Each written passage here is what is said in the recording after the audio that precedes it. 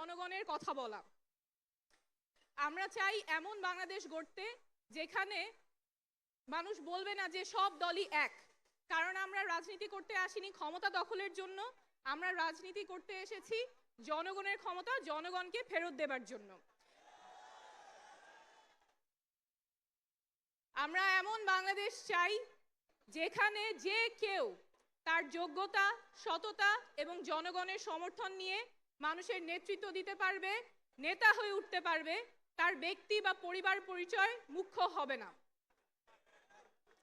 আমরা এমন বাংলাদেশ চাই যেখানে ক্ষমতা শুধুমাত্র কোনো ব্যক্তি বা পরিবারের কুক্ষিগত থাকবে না, ক্ষমতা থাকবে জনগণের হাতে।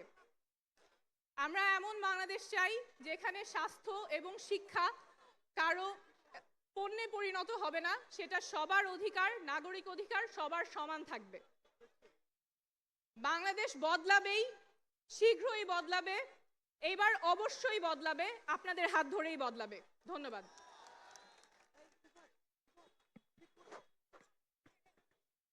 প্রিয় উপস্থিতি।